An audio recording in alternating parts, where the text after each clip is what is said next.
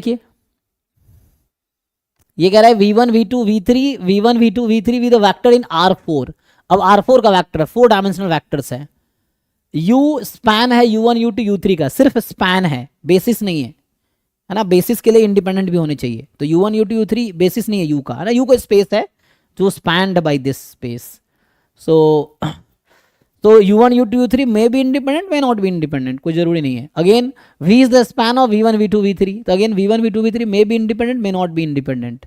अब ऑप्शन समझिए, तो ये तो आपको अजम्पशन दे दिया। अब ये कह रहा है कि कंसीडर द फॉलोइंग स्टेटमेंट। पहला स्टेटमेंट कह रहा है if dimension of u intersection v is 2। मान लीजिए u इंटरसेक्शन v का डायमेंशन 2 है, तो u और इंटरसेक्शन v जो स्पेस है, u एक स्पेस है, वेक्टर स्पेस होगा, v भी एक वेक्टर स्पेस होगा, u इंटरसेक्शन v भी एक वेक्टर स्पेस होगा, जिसका डायमेंशन ये कह रहा है 2 हो गया मान लो, और u का डायमेंशन 3 है। तो आप ऐसा u चूज करो कि u का डायमेंशन 3 हो। Then v1 v2 v3 independent होगा क्या? तो फिर से आपको गलत दिखाना है तो काउंटर एग्जाम्पल, सही दिखाना है या तो प्रूव करो या लॉजिकली खुद को कन्विंस करो कि सही है, ये चीज है। तो बताइए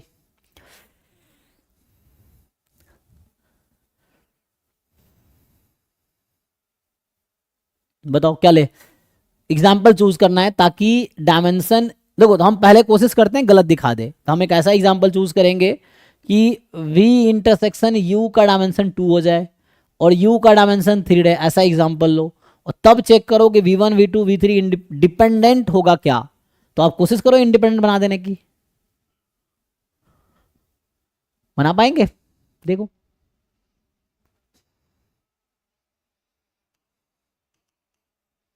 कोई भी एग्जाम्पल है तो R4 में से लेना, R4 में से ही लेना है। तो इस तरह बनाओ कुछ, स्पैन ऑफ समथिंग बना पाओगे भाई?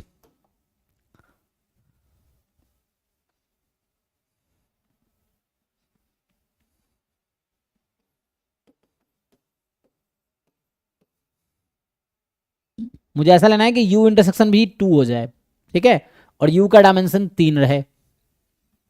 तो u का डायमेंशन 3 कब होगा? डायमेंशन क्या होता है?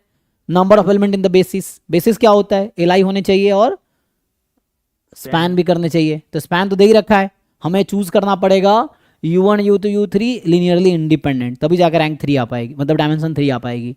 तो डायमेंशन 3 आने के लिए हमें कुछ ऐसा वेक्टर लेना पड़ेगा, एग्जाम्पल के लिए 1 0 0 0 0 1 0 0 0 0 1 0, ये ले लिया मान लो। तो ये जो है ये लीनियरली इंडिपेंडेंट भी है और डायमेंशन ऑफ u, क्योंकि इसका जो लीनियर कॉम्बिनेशन लोगे 3 डायमेंशनल आएगा, क्योंकि फोर्थ कॉलम 0 है, फोर्थ रो है ना, सब में फोर्थ एलिमेंट 0 है। तो ये एक सुटेबल u हो गया। v एक ऐसा चूज करो कि u इंटरसेक्शन v का रैंक डायमेंशन 2 हो जाए।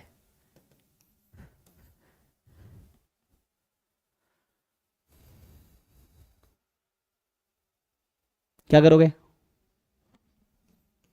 0 1 0 0 0 0 1 0 0 0 0 1, क्योंकि R4 के बेसिस में 4 एलिमेंट है, पहला 3 मैंने यहां ले लिया, लास्ट के 3 वहां ले लिया, 2 कॉमन है, ध्यान से देखिए, there are 2 vectors common. R4 में 4 लीनियरली इंडिपेंडेंट वैक्टर है इसके बेसिस में, तो उस बेसिस के पहला 3 मैंने यहां लिख दिया, लास्ट के 3 यहां लिख दिया। सो 2 कॉमन है, यहां लास्ट 2 उसका फर्स्ट 2 कॉमन है। अब आपसे पूछेगा कि u इंटरसेक्शन v क्या होगा? कॉमन होने चाहिए। सो वैसा एलिमेंट जो इसके लीनियर कॉम्बिनेशन में भी लिखे जा सके और उसके लीनियर कॉम्बिनेशन में भी लिखे जा सके, इंटरसेक्शन है ना, मतलब ऐसा एलिमेंट u इंटरसेक्शन v क्या है? दोनों का इंटरसेक्शन है, तो इसका लीनियर कॉम्बिनेशन लो, उसका लीनियर क्या लगता है आपको क्या आएगा? u इंटरसेक्शन v, चलो अगर डायमेंशन से भी इसको देखे तो दिखा सकते हैं, वो सेकंड थर्ड 0 1 0 0 और 0 0 1 0 उसमें भी यूज होंगे। या वैसे भी डायमेंशन का फॉर्मूला भी यूज कर सकते हो, क्योंकि यहाँ अगर u यूनियन v करेंगे ना तो R4 ही आ जाएगा, R4 आ जाएगा। यूनियन करेंगे तो, लेकिन यूनियन तो जरूरी नहीं सब स्पेस हो ना।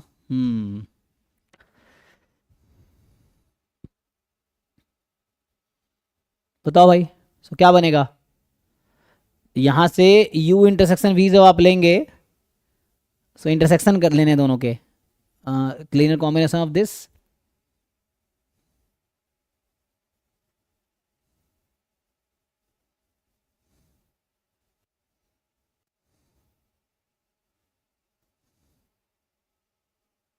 तो ये लेना पड़ेगा, दोनों के लीनियर कॉम्बिनेशन तभी लिख पाएंगे ना। तो ये जो होगा स्पैन ऑफ, ये कॉमन वेक्टर्स हैं, ये लिखना पड़ेगा, ये लिखना पड़ेगा, तभी जाके आएगा। ठीक है। सो क्योंकि जो इसके लीनियर कॉम्बिनेशन में लिखे जा सकते हैं, सो मतलब इसके जो भी एलिमेंट्स होंगे that can be the linear combination of this and this as well. ठीक है। सो मिल तो जाएगा। तो ये हो जाएगा। तो u इंटरसेक्शन v का डायमेंशन 2 होगा क्योंकि इंडिपेंडेंट है ये। तो ये एग्जांपल हो गया। अब u1 u2 v1 v2 v3 dependent है क्या? तो मैंने ऐसा चूज किया कि इंडिपेंडेंट हो, इंडिपेंडेंट है, तो ये फॉल्स हो गया। चेक कर लीजिए। दूसरा सोचो, दूसरा क्या होगा? क्या सेम एग्जांपल वर्क करेगी सेकेंड वाले में? सर इस एग्जांपल में तो भी एल हो रहा है। v क्या हो रहा है? li हो रहा है। हाँ आपने जो लिया देखिए। हाँ, वो li है ना, चेक करो। ओ डिपेंडेंट बोला, ठीक है। हाँ वो डिपेंडेंट बोला है।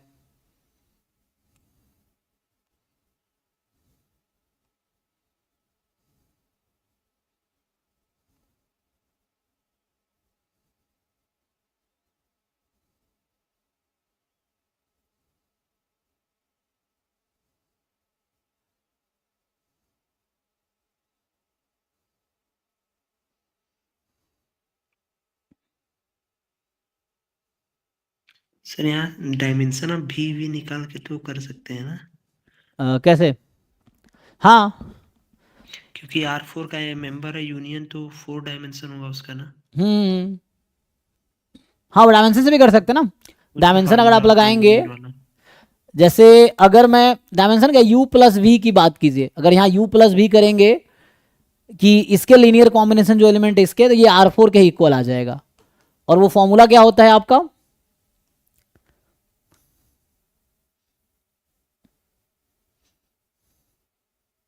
यूनियन एक्चुअली प्रॉब्लम, या यूनियन में not be a vector space. Union का वेक्टर स्पेस होगा जब ये इसका सबसेट होगा और ये इसका सबसेट होगा। तो जो v union u union v is not a vector space, ये वेक्टर स्पेस है। सबस्पेस नहीं होने से तो डायमेंशन नहीं ले सकते। नहीं, वही।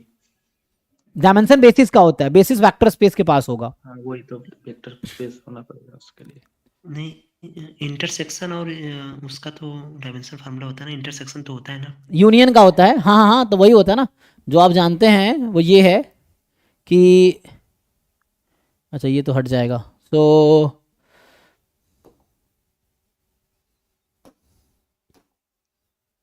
एनीवे देखिए, तो ये फॉर्मूला होता है ना, dimension of u plus v. Union यहाँ वर्क नहीं करेगा, वो यूनियन सेट में वर्क करता है। Dimension of u plus dimension of v minus dimension of u intersection v, यहाँ पे वो वर्क करेगी। Union is not a subspace. यहाँ पे यूनियन तभी फर्स्ट ऑप्शन के लिए मैं बोल रहा था, इसके हेल्प से तो हो जाएगा ना। हाँ हो जाएगा। तो इसमें आपको 2 दे रखा है ना, एक मिनट कहाँ गया, तो इंटरसेक्शन तो 2 दे रखा है और u का भी 3 दे रखा है ना। सो ये 4 आ जाएगा और ये आपको 3 दे रखा है, ये हमें पता करना है, और ये 2 दे रखा है क्वेश्चन में। ठीक, तो यहां से आप निकालेंगे। सो डायमेंशन ऑफ v आपका कितना आ गया? 3। और v तो 3 वेक्टर का स्पैन था, डायमेंशन 3 आ गया, तो लीनियर, इसका मतलब इंडिपेंडेंट होगा। यस, तो इससे भी आंसर वही आ गया जो हमने निकाला है जी। तो दिस इज लीनियरली इंडिपेंडेंट, और उसने कहा हुआ ऑप्शन में डिपेंडेंट होगा, इसलिए फॉल्स है। ठीक है। ऑप्शन ने कहा है कि फॉल्स है, मतलब लीनियरली डिपेंडेंट है, वो तो गलत कह रहा है, इंडिपेंडेंट ही होगा।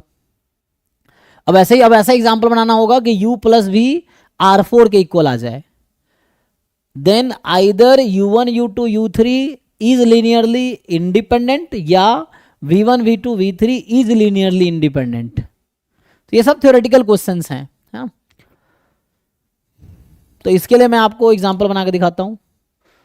तो वो उसी से हो जाएगा ना, डायमेंशन से हो इसी जाएगा। एग्जांपल से हो जाएगा। हो जाएगा, देखिए। इसी से, क्योंकि u प्लस v का डायमेंशन 4 हो जाएगा। Yes exactly. हाँ, मतलब u और v का डायमेंशन 3 होगा, मतलब कि दोनों को इंडिपेंडेंट होना पड़ेगा ना।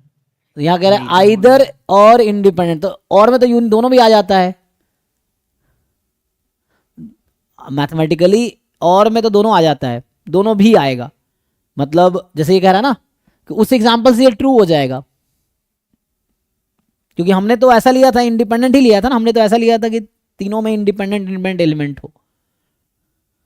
सर उसमें तो 2 li आ रहा था, u और v, और इसमें और है तो उसका कुछ होगा क्या मतलब? इसका एग्जाम्पल ये होगा तो आपको थोड़ा सोचना पड़ेगा। एग्जाम्पल नहीं सर, ये जो डायमेंशन वाले फार्मूले से, हाँ डायमेंशन ठीक है। तो दोनों तो इंडिपेंडेंट होना पड़ेगा, अच्छा दोनों को इंडिपेंडेंट होना पड़ेगा, क्योंकि डायमेंशन ऑफ यू और भी का तो दोनों 3 ही आ रहा है। हाँ तो आपके हिसाब से क्या है, ट्रू है कि फॉल्स है? तो यहाँ इधर बोला है हाँ तो गलत होना चाहिए। हाँ गलत ही है।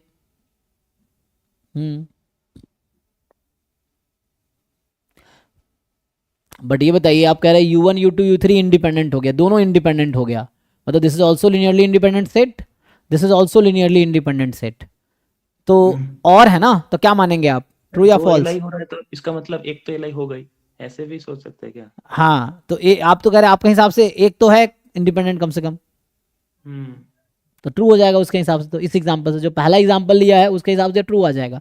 But example can not tell true statement, है ना, example can only tell you false statement, example कभी ट्रू नहीं बता सकता, तो फॉल्स के लिए आपको दूसरा फॉर्मूले से भी तो हो रहा है ना, दोनों का डायमेंशन 3 आ रहा है, यानी अच्छा कि li, और दोनों li हो रहा है इसमें, और उसका क्या चक्कर है? अच्छा, अब आप लोग ये कहना चाह रहे हैं, मैं फिर से बोलता हूँ कि ये जो फॉर्मूला है, तो वही आ रहा है, सेम कंक्लूजन आ रहा है कि आप ये कह रहे हैं कि ये तो 4 दे रखा है, और इंटरसेक्शन का क्या करेंगे, इंटरसेक्शन 2 दे रखा है ना, इंटरसेक्शन कुछ नहीं दे रखा ना, दिक्कत ये है। ये तो बस फर्स्ट क्वेश्चन में इंटरसेक्शन दे रखा है। हाँ फर्स्ट क्वेश्चन को यूज नहीं करना, अब फर्स्ट पार्ट को यूज नहीं करना, फर्स्ट पार्ट अलग है, सेकंड पार्ट अलग है, तो सेकंड पार्ट को फर्स्ट पार्ट से कोई मतलब नहीं है, ये है, ये जो सेकंड स्टेट, ये तो हो जाएगा ना, यहाँ तो ये हो गया, ये तो डायरेक्ट सम हो गया ना, तो यहाँ पे u इंटरसेक्शन भी 0 हो जाएगा, u प्लस भी इक्वल्स टू u प्लस भी, तो ये डायरेक्ट सम का डेफिनेशन हो गया। डायरेक्ट सम में होता है इंटरसेक्शन 0 होना चाहिए, सम 4 होना चाहिए, बट क्यों 0 होगा आपको क्या लगता है? क्योंकि u प्लस भी जो है u प्लस भी r4 के बराबर आ गया। लेकिन डायरेक्ट सम ऐसा थोड़ी कहता है कि R4 आगे डायरेक्ट सम होगा, डायरेक्ट सम के लिए है कि इंटरसेक्शन 0 होना चाहिए। हाँ, लेकिन यहाँ तो पता नहीं आपको इंटरसेक्शन 0 है कि नहीं है, मैं आपको काउंटर एग्जाम बना के दिखाता हूँ। तो स्पैन ऑफ 1 0 0 0 0 1 0 0 और एक ले लीजिए 2 0 0 0, ये ले लेते हैं, ये u ले लेते हैं और v ले लेते हैं। स्पैन ऑफ हमें क्या करना है कि सम को R4 बनाना है, तो 2 मैंने यहाँ पे यूज किया है, बाकी 2 यूज कर लेता हूँ, 0 0 1 0 0 0 0 1 और 0 0 0 2। अब आपसे पूछा जाए स्पैन का मतलब क्या है कि set of linear combinations, so like C1 time this, C2 time this, C3 time this, but ये तो मल्टीपल ही है इसका, तो ये दोनों 2 ही वेरिएबल यहाँ पे क्रिएट करेगा। तो ये कुछ ऐसा होगा, अगर मैं आपको लिख के दिखाऊं तो this will be something like A B 0 0, जहां पे A B are real number, ये जो U स्पेस है ये बनाएगा इस बेसिस के, इस सेट के हेल्प से, इससे ना, क्योंकि 2 डायमेंशनल है, और ये जब आप लिखोगे so this will create 0 0 C D, जहां C D are real numbers है। अब आप U प्लस V करेंगे, क्या आएगा, है ना, you take one element from here, one element from here, you add them, so what can be generated, है ना, R4, पूरा R4 जनरेट किया जा सकता है यहाँ पे। और जो आप कह रहे थे U इंटरसेक्शन V सिर्फ 0 स्पेस होगा, डायरेक्ट सम हो गया जो आप कह रहे हैं, ठीक है। देन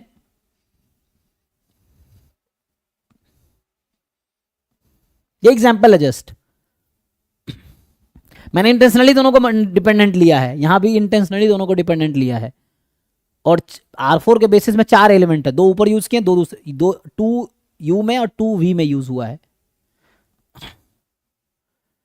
यहां से आप देखिए, तो यहां मैं ये कहना चाह रहा हूं नाइदर यू नॉर वी, क्या पूछा क्या था, एक minute,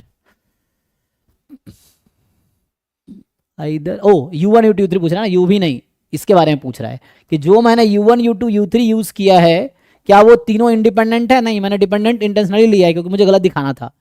so we have considered dependent set, ये जो सेट है u1 u2 u3 it is linearly dependent and v1 v2 v3 is linearly dependent। ठीक है जी,